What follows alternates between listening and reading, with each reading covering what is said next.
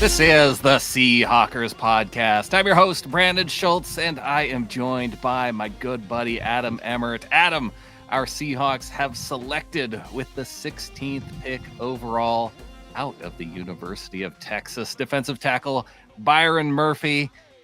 The Seahawks, they get the second defensive player off the board despite being at pick number 16.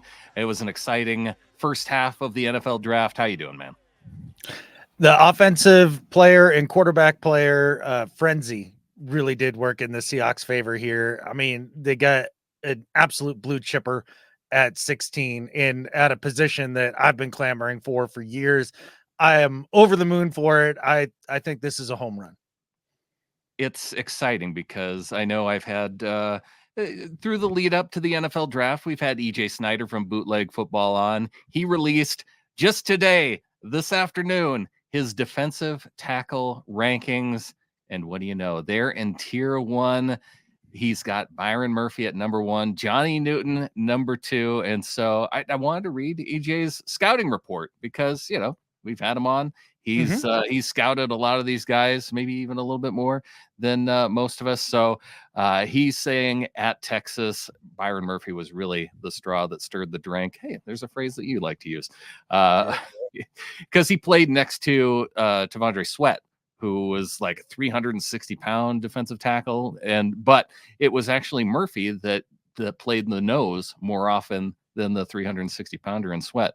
But it was Murphy that was the penetrator on the defensive line, scrambling the offensive lines. He says the first step of Murphy's is wicked, amazing agility, points to one of the Iowa State sacks.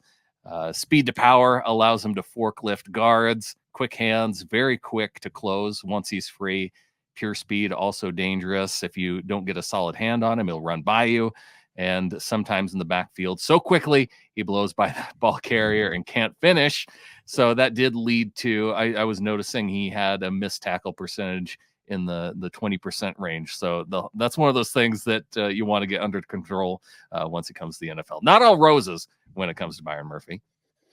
Pretty much, though. I mean, to kind of piggyback on what EJ had in his evaluation there, listen to a little about what Chris Sims had to say about Byron Murphy as well and his defensive tackle rankings. And, you know, a former Texas Longhorn himself. So a guy who watches, you know, these guys a lot. And he echoed the sentiment of it was really Murphy was the star player of the two between him and Sweat.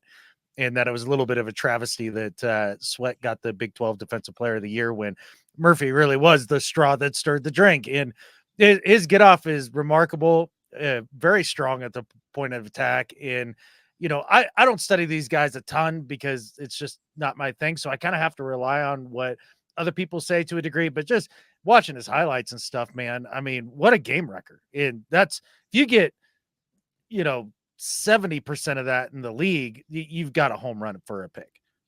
Yeah, the one thing about him is that he didn't play the number of snaps necessarily as Johnny Newton, who almost doubled up his snaps playing at Illinois. And so when you look at Murphy's stats, you might look at that and question, well, geez, he has like so few, he's not leading in stats like in so many categories as Johnny Newton was, because Newton was the leader among the defensive tackles with the number of tackles in 33, a number of assisted tackles in 15. He had the most run stops at 32. And so you go through a lot of those and you go, oh, well, they didn't take the most productive guy. Well, and part of that was because he didn't play as many snaps as Newton, but he ranked out ahead of all of them in terms of his pass rush productivity. He still had 6 sacks compared to Newton's 8 with, like I said, half as many. So when you take into account the amount of snaps played, that he would comp out, I think, to a lot of these other guys who played a significantly higher number of snaps. Oh, for sure. And look, he's going to be in a rotation with Hankins and Jarran Reed and, Cam Young. And like, that's pretty sweet. And you want your guys to play a little fewer snaps so that they're fresher throughout a football game and don't get worn down by an offense. And we can talk a lot about his pass rush stuff because that's the flashy thing and in the thing that, kind of draws most people's eyes. But you listen to his interviews and they ask him like, well, what's your, number one strength as a player? And he's like, I stop the run. Yeah. He's like, that's what I do. I don't care where I'm at. It doesn't matter. I stop the run. And that's what I want to hear out of a nose tackle right there. And that's super exciting to me. Just a kind of a ball of muscle kind of guy. Like my favorite quote from the interview was, they're asking him about being big. He's like, oh yeah, I've been big since I was like 8. Like I popped out the womb swole. And I like that. I mean, that means just kind of natural strength. Well, and that's one of the things when you look at him too, it's not he's a 300 pounder, but that's not a lot. There's not a lot of fat in that 300 pounds. The dude is just rocked up. Yeah, body type wise, I mean, he's got to remind a lot of people of Aaron Donald. I mean, it's just kind of the same build, 6'1", similar height. I just looked up Aaron Donald's height and weight, and they said 284. I don't believe that. Maybe it is now since he retired, but Byron Murphy coming in at a little over 300 pounds and play the game in a similar style. And you've seen like the shorter guys actually have quite a bit of success. I mean, Clinton kind of derogatory reference Puna Ford, but Puna was pretty good there for a minute for the Seahawks, and being a shorter guy, you have better leverage. You're the lower man, and the old football adage is low man wins. And with that quick first step and the raw power that he has, I mean, sky's the limit for this guy, especially with a head coach and Mike Macdonald, who really seems to get the best out of these sorts of players. Well, and that was the thing that really stood out to me too, is talking about his idea of building the spine within the defense. And so when it came to that 16th pick, now we thought that maybe the Seahawks could trade out of that spot, trade back, especially with the way the board was going. Only one defensive player, and Leatu Latu coming off the board, UCLA pass rusher. And so all of these defensive players were available to Mike Macdonald, but that idea of building the spine of the defense made a lot of sense then to go to the interior, and then to have the top-ranked defensive tackle still there on the board at number 16. It made a lot of sense for them to stick and pick Murphy in that spot. So did the Vikings trade into spot 17 right after the pick? I wonder what the discussion, or if there was any discussion with the Vikings at all Right. to trade back there. And if you're kind of looking at the haul that they gave up for 17, would you have been interested in that? Well, I think they only gave up, what was it, a 4th and a 5th rounder then to get up to, and a 3rd, I think, for next year. Was it a 3rd for next year? So yeah, it wasn't the 2nd round pick that I think many of us were hoping for. I think that would have made a big difference in the Seahawks being able to add a 2nd round pick. So probably not enough then to give up. It's a tough call because you could add more picks, but at the same time, if that's the guy that you're dialed in on, and by some accounts, it sounded like his agent was pretty firm in the fact that he wasn't getting past the number 16 pick, maybe the Seahawks were kind of targeting him at that spot. Well, clearly they were. I mean, since they took him, and I'm super fired up for this because they could have gone offensive line, and I would have been totally excited about that as well. Really just getting that pick in the trenches and start building from the inside out. This was the pick that I wanted last year, something of this ilk. Not that they could have, I guess maybe the top defensive tackle was available at 20, right? Last year. But with that said, I feel like this is the type of pick that could have saved Pete Carroll's job, right? Like just having somebody in the middle that could come in and help shore up the defense. They've needed it desperately for years. And when you look at it, sure, they could have got offensive line, and there is a need there, no doubt about it. And this deep offensive lineman draft, maybe there's some later. But with that said, the offense is pretty good, even if you're bringing in journeyman to play up front, which I don't want to do. But if that's what you end up having to do, Geno has proven that he's tough in the pocket, can move around and make the offense still function. Really, the position group or the side of the ball that's been holding us back for the last 3 years has been defense. Right. So take a premium pick, a blue chipper, plug him into the heart and soul, the middle of the line, in a guy that can set the physical attitude of the defense. I love it, man. And for all of you worried about the Seahawks not taking a guard, John Schneider's told us he can take guards in the third round. So third round still coming up. Don't have to worry about that. And you mentioned the defensive tackle being on the board last year. Yeah, Jalen Carter, who was the top defensive tackle on the board. They end up passing on him and taking Devon Witherspoon. And now they get their defensive tackle this year. So it'll be interesting now to watch the careers of these two players. Maybe they're not, maybe they're dissimilar, but still, I think there will be that comparison among Seahawks fans between the two. Yeah, if you end up coming away with Witherspoon last year and then a guy who's as productive or more productive than Jalen Carter, like, holy smokes, now you're cooking with gas here. And he has that potential. I think he, paired with Mike McDonald, paired with the other talent around him on that defensive line, it's really going to help free up the linebackers. In, with Baker and Dotson being a little more speed oriented as linebackers, keeping them clean so that they can flow to the ball is a huge, huge deal. And so I think this actually helps double down to fix what is a perceived weakness, which I think is correct, at linebacker, and make their jobs a little easier. And hopefully they do still draft a linebacker in the next couple days, maybe even two, because they could use the depth. They still need the depth at linebacker, but now they have that depth on the interior of the defensive line that can really help. And in any other year, Adam, I don't know if you see a guy with the type of talent as Byron Murphy slide all the way to 16. I think it's the fact that you had 6 quarterbacks go in the top 12. You had 3 wide receivers go inside the top 12, and all of that. And then not to mention the 3 offensive tackles. So that amount of offensive talent front loaded in this draft, it pushed back defensive players like Latu, like Dallas Turner, like Jared Verse and Byron Murphy, that Murphy could fall to the Seahawks at number 16.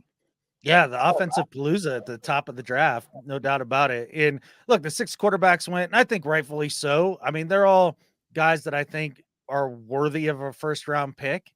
Now, are they all going to pan out? Probably not, but I can get why teams were shooting their shot there. I mean, I think probably the most crazy one was just Penix going to Atlanta. That was maybe the one that wasn't predicted, but with all that said, being able to have your pick of the litter on defense is almost like having this amazing inefficiency in this year's draft fall to you, and you get to capitalize on it. Whereas if you're picking offensive line, now I know they'd be going more guard than tackle, but the kid from Washington, the tackle, people were talking about him being drafted for the Seahawks and then being moved to guard. Well, okay, so now you're picking what, the 4th best tackle on the board when you're getting the first, the number 1 defensive tackle. I like the move. 4th best tackle, and probably moving that player into play guard. So right. Yeah, it's a big difference, and it's a position of need. It's a position the Seahawks don't get to draft very often. I mean, you mentioned last year. I feel like the last time they were in position even to draft a top defensive tackle, you got to go back to 2012 when they traded out of the spot to ultimately draft Bruce Irvin, passing on Fletcher Cox. Cox goes on to become an all-timer for the Eagles, which, that's a little tough. Obviously, Irvin had an amazing career too, but maybe not the Hall of Fame career like Hawks. And when being able to then pick a defensive tackle here, it's got me excited. Apart from his University of Texas heritage that you mentioned, but that's fine. I'll get over it. I'm over it. Let's go. Don't you dare. Yeah. I know how your boomer cylinders think. Yeah. Do you not want to spike the football a little bit? The fact that the Seahawks, they could have taken the opportunity then to trade up and draft ahead of the Broncos and take Bo Nix, but instead the Broncos do in fact take Bo Nix at number 12. Sure. Yeah. I thought that was an amazing fit for him. I was texting back and forth with Bronco Jared, and I was like, my man, like, you guys got to take Bo Nix. He's just going to be so perfect for you guys.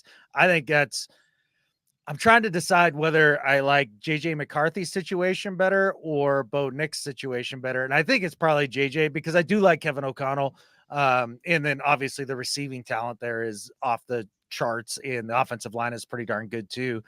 Whereas the Broncos have a few more holes and that sort of thing. But I think Sean Payton's a heck of a head coach and offensive play caller, and his style of football matches up with Bo Nix perfectly. You heard a lot of people saying, he's Drew Brees. And like, I get that with the way he plays on time and the way his base looks when he throws and just all of those things.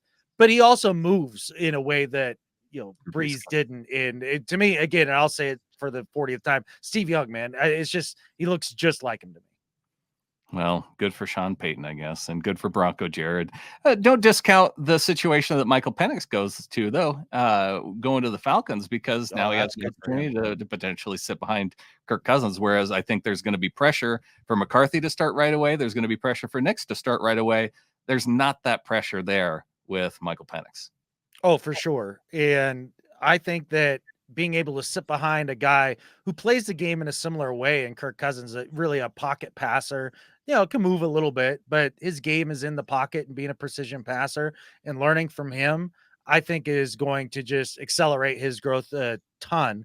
And honestly, Cousins is getting to a point now where he's getting up there in age. I mean, he's just coming off the Achilles and all that stuff. So there's a good chance that, Penix sees some action here at some point in his first year or two, but being able to come in and kind of a soft landing, no expectations, I think that's going to help him a ton and help him learn an NFL offense, because as much as the Huskies ran, a very high flying offense that was exciting to watch on the college level, it's not an NFL offense in terms of the route concepts and some of the things that they're trying to get done. Being able to learn behind Cousins, not just going for whole shots and hunting one-on-ones, and being able to read out defenses, which is totally within Penix's ability. He's good at it. He's only going to get better sitting behind Cousins. Yeah, it'll be tough because I know you're not an Atlanta Falcons fan at all. So you, unfortunately, goes to a team that you don't like so much. But it's not. There's worse teams out there that he could have gone to. Getting back to Byron Murphy a little bit too. I know I saved some of the criticisms from EJ in his scouting report. He did say that Murphy can anchor, but it's not his strongest suit. Needs work on initial hand use for pass rushing. Good sometimes, inconsistent others. Versus the run, he frees up his hands quickly, keeps his head up, and tracks the ball well. So there, he ends it with a positive and closes by saying, explosive, athletic, powerful, young defensive tackle, just waiting to be honed into a star. So yeah, we got a couple of the criticisms there. He's going to get critiqued for having short arms. Obviously, he's dealt with that all of his life and still able to work through that. But the hand usage, that's something you can learn too. Look, I look forward to future Hall of Famer Byron Murphy on whatever talk show it is that he's on, Rich Eisen or Dan Patrick or whatever, and they're going to pull out his draft analysis, right? And it's going to have those couple of negatives on there, and he's going to have to read them out loud, and he's going to mock it. I'm looking forward to that moment. Not for EJ's sake, but just because that's how good I think he could be for this team. He's going to be a fun player to watch. Byron Murphy going into next season on the defensive line, and we will be evaluating more picks throughout this draft weekend. Looking forward to it, Adam. Yo, you bet, man. It's been exciting. Can't wait for the rest of it. And I think with that, there's only one thing left to say. Go Hawks.